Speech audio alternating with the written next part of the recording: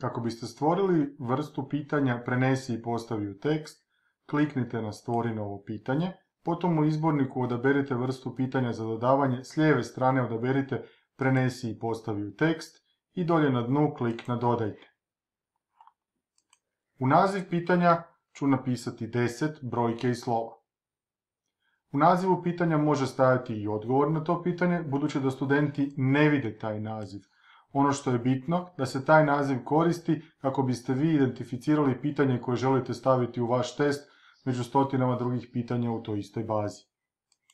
Ja sam tekst za tekst pitanja već pripremio za ovu vrstu pitanja. Inače, u tekstu pitanja za ovo, ali i za druga pitanja možete dodati i tekst, video, zvuk, ali mi ćemo koristiti samo tekst.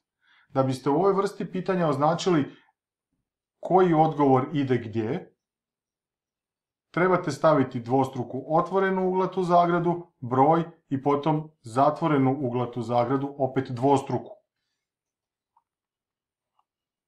U dijelu koji se zove ponuđeni odgovori, prvo trebamo označiti opciju koja kaže izmiješati redoslijed odgovora. I sada ćemo unijeti odgovore. Prvi odgovor je tekst.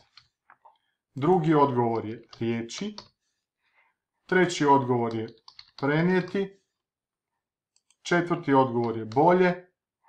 I peti odgovor je gap fill. Skroz dolje na dnu, klik na pohrani promjene.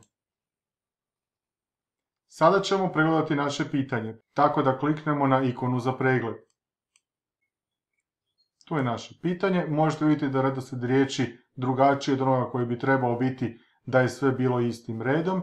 Znači tu ćemo prenijeti tekst, ovdje ćemo staviti riječi, potom ćemo staviti ovdje prenijeti, bolje i gap fill. Klik napravite i završite. I to je to.